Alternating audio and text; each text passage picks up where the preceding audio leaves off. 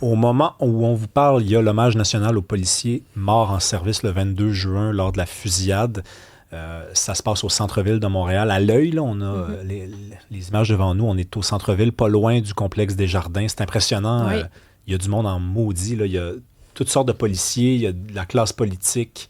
Il y a des familles également dans la rue. Moi, je connais des policiers qui sont sur place en ce moment.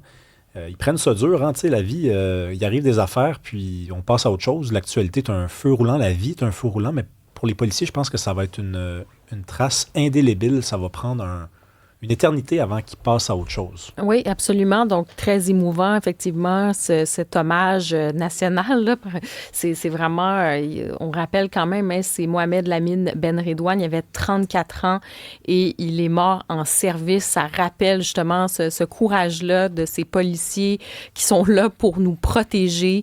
Ça n'aurait pas dû arriver et malheureusement, il est tombé comme ça lors de cette fusillade. C'est absolument, je veux dire, c'est tellement, on n'a pas de mots parce que c'est extrêmement triste. Puis oui, c'est une onde de choc et c'est impressionnant parce qu'on regarde les images aussi en même temps. On voit tout le cortège avec des policiers, beaucoup d'hommes, de femmes qui sont en uniforme, beaucoup de dignité aussi pendant ce cortège-là. On rend hommage à cet homme, mais c'est toute une profession là, qui a été ébranlée. Puis, tu sais, il y a beaucoup de monde aussi. Là, je pense qu'à Montréal, au Québec, quand on pense à ça, c'est quelque chose qui nous a tous frappés à ce moment-là, qui nous a tous créé cette onde de choc. Donc, bref, ça se passe aujourd'hui. C'est dans le centre-ville. Il y a la famille. On a vu des dignitaires également. Donc, une journée quand même assez importante, cet hommage national à ce policier qui a été tué, Mohamed Lamine Benredouane. Oui, et j'en profiterai pour la femme enfin, dans la famille, je suis plus sûr si c'est la femme, mais c'est dans la famille, je ne veux pas me tromper, dans la famille du policier qui a été tué. Il y a quelqu'un qui a pris la parole il y a quelques jours pour dire, s'il vous plaît, si vous voyez les images passer de la mort de notre proche, faites en sorte, signalez les images, ne les diffusez pas, ne les partagez pas parce qu'il y a des enfants et un jour, ils vont voir ces images-là. Donc, je pense que personne devrait voir les images de la mort tragique dans des circonstances semblables de notre père, de notre mère, de quelqu'un qui a été proche, qui a été une personne importante dans notre vie. Donc, si on peut faire une petite différence individuellement, je pense qu'on devrait le faire. Karima, on change de registre. On va parler à Annie Boilard dans quelques instants.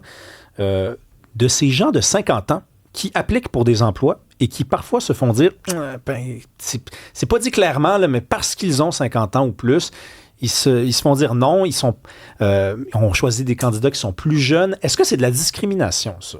Ben oui, c'est de la discrimination. Après, tu vas me dire, est-ce que la discrimination, elle est, entre guillemets, justifiée parce que telle personne a plus de compétences, de qualité, tout ça. Mais moi, je pense que l'agisme comme tel, c'est de la discrimination. À un moment donné, on peut pas parler, comme on dit, des deux côtés de la bouche, puis dire, ben oui, il faut encourager le travail plus longtemps, puis en même temps, ben là, t'es passé date, tu sais. C'est comme, la vraie question, c'est, as-tu les compétences? Si t'as les compétences, je pense qu'on aurait intérêt même à développer le travail des personnes un peu plus âgées parce que, bon, c'est peut-être un préjugé que j'ai, mais j'ai l'impression que souvent les jeunes, ils changent un peu plus souvent de boulot au bout d'une couple de mois. Ils sont plus dans essai-erreur. C'est comme aller sur Tinder, t'essayes, puis tu changes. Alors que d'autres, peut-être, ils ont plus de responsabilités financières ou ils se disent, bon, ben là, jusqu'à ma retraite, je veux quelque chose, puis je vais mettre les bouchées doubles. Donc, moi, complètement, là, je trouve qu'il y a beaucoup trop d'agisme aujourd'hui, puis j'espère qu'on peut lutter contre ça. Moi, je sais pas.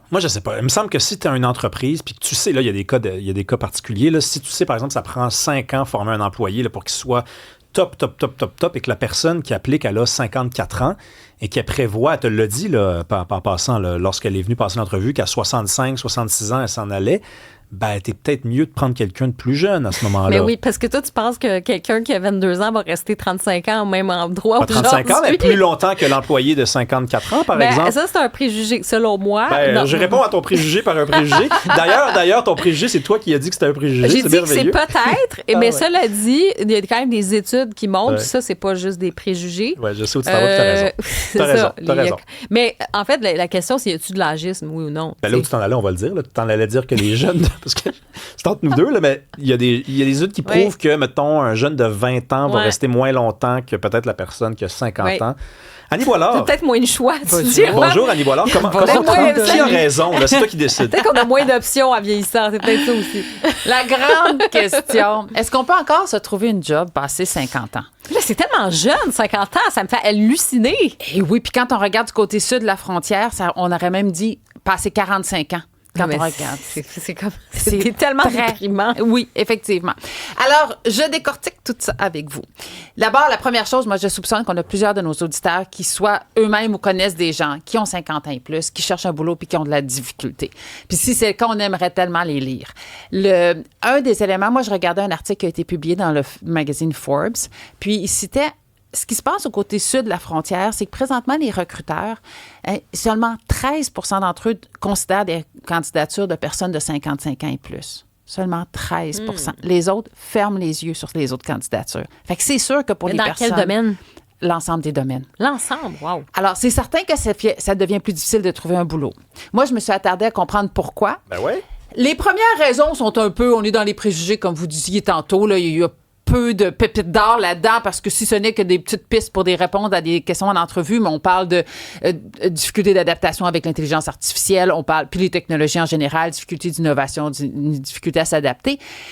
Mais pour moi, la vraie pépite d'or arrive après parce que dans cette même étude, on comprend que voici ce qui se passe. Les recruteurs américains n'octroient pas de valeur aux années d'expérience de travail passé un certain seuil. Puis là, je vais comme canadieniser ce seuil, puis je vais dire passé 10-15 ans d'expérience, les années supplémentaires n'ont pas de valeur.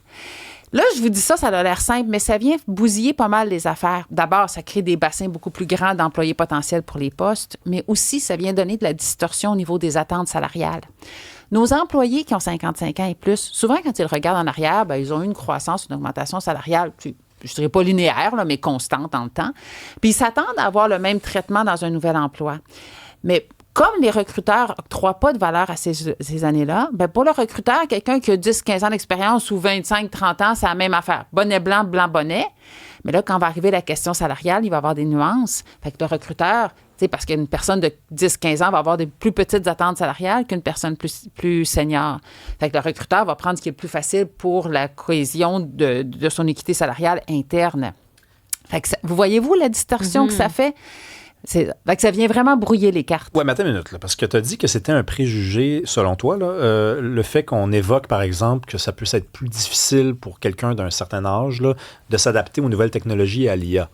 Pour moi, c'est pas un préjugé, là, c'est un fait. C'est quelqu'un qui a 25 ans puis qui est né là-dedans versus quelqu'un qui, par exemple, l'IA, ça existe pour lui depuis 6 mois.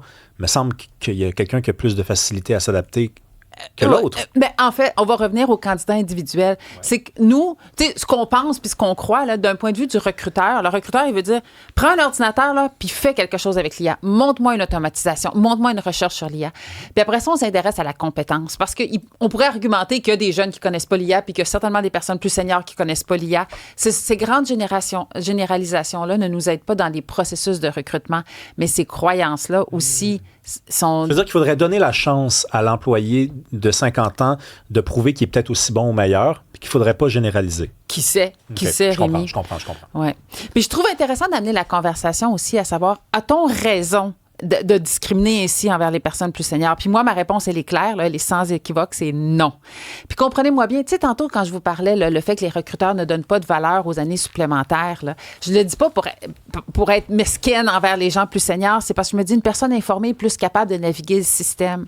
Puis des fois, on se dit, c'est bête, tu sais, pourquoi le recruteur n'octroie pas de valeur à des années passées, 15 ans, par exemple, d'expérience de travail?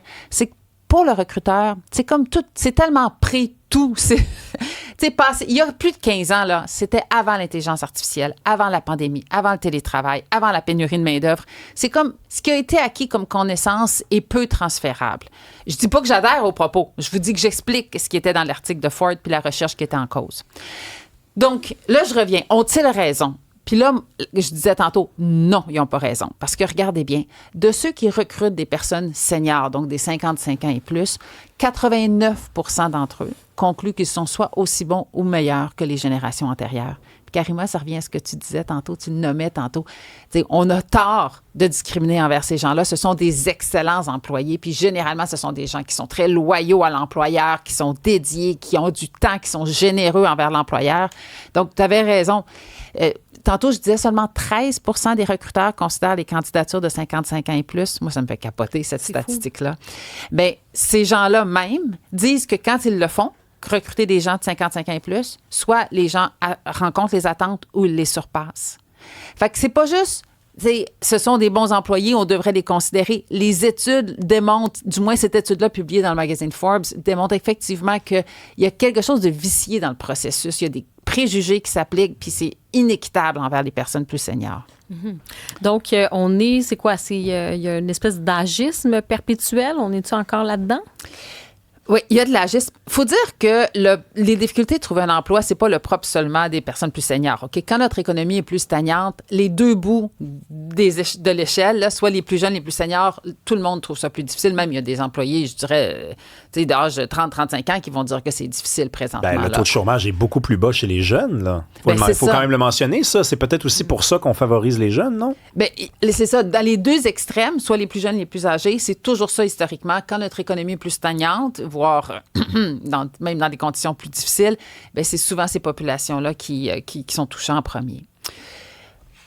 Moi, j'avais réfléchi à des solutions ou à des pistes pour aider ces 55 ans et plus. Bien, parce que, comme on disait, moi je trouve que si on se dit qu'à 55 ans, c'est mort, je trouve que c'est un peu déprimant. Là. Les gens, ils se disent, attends, là, si on est en santé, on va vivre de plus en plus longtemps. On sait que tout coûte cher, le logement, la nourriture, tout ça, il faut travailler. Là. De mettre une grande partie de la population qui vieillit au rencard, puis de les mettre un petit peu hors système. Comme société, on s'en va dans le mur. Là. C'est pas viable, effectivement. Puis là, tu disais 55 ans, mais je réitère qu'aux États-Unis, quand on 45, regarde les chiffres, c'est 45 ans. Ça arrive... C'est pas long, une carrière, là. Non. Puis 45 si on ans, tu commences à te poser des questions. Puis on parle d'intelligence artificielle, là, mais je veux dire, les choses vont tellement vite que peut-être que ce que tu connais ici, dans 2-3 ans, je veux dire, ça va encore abaisser l'âge. Là, à 35 ans, tu vas être out, là. Bon, moi, j'espère que non. Là. Non, mais si on va dans cette logique-là. Oui, puis rappelons que la discrimination sur l'âge est illégale. Hein, ça devrait jamais se produire. Mais après ça, comment prouver ça? Comment prouver ça, effectivement? Donc, c'est quoi les trucs? Donc, trucs et astuces. La première chose, là, faire attention à la victimisation. On le disait tantôt, c'est pas juste eux qui ont des défis.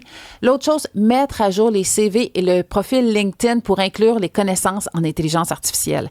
Un autre sondage que je lisais disait que 66 % des recruteurs présentement aux États-Unis ne regardent pas une candidature qui n'a pas d'expérience ou de connaissances en IA. Puis souvent, moi, ce que je soupçonne, c'est que les gens de 55 ans et plus, ils en ont d'ailleurs, ils l'essaient puis ils travaillent avec l'intelligence artificielle, mais des fois, ils omettent de le mentionner sur leur CV ou de mettre à jour leur profil LinkedIn. Puis vous savez, c'est des algorithmes. Alors, il faut que les mots sortent. Autre truc, revoir les attentes au niveau salarial ou repenser à la façon de présenter ces attentes salariales. On le disait tantôt, là, toute cette distorsion du fait qu'il n'y a pas de valeur ou il y a peu de valeur qui est octroyée aux années supérieures, bien, ça fait que le recruteur, il magasine, là. Fait il y a quelque chose là-dedans. Bien, ça coûte moins cher d'aller chercher des finissants, mettons, là. Oui, bon, finissant versus 55 ans, oui, c'est sûr, plus junior, là, il va y avoir une distance. Mais c'est aussi plus facile de respecter l'équité salariale interne de l'organisation quand on a plus de marge de manœuvre quand on recrute. Un autre des éléments, élaguer son CV. T'sais, ce n'est pas mentir que de ne pas tout mettre sur son CV de ce que nous avons fait dans notre vie. Fait que des fois, juste élaguer, ça peut être aidant. Il y a une chose que les personnes seniors ont à leur disposition que les autres n'auront jamais. C'est-à-dire un réseau de personnes en chair et en os avec qui ils ont travaillé et collaboré, qu'ils connaissent pour vrai. Je parle pas d'un réseau virtuel. C'est quand on a 55 ans et plus, qu'on a toujours été sur le marché du travail, on en a vu là, des employés arriver, partir, des clients, des fournisseurs. On en a développé des relations avec plein de monde. Utiliser son réseau, ça, c'est quelque chose que les personnes plus seniors peuvent faire que personne ne peut leur enlever.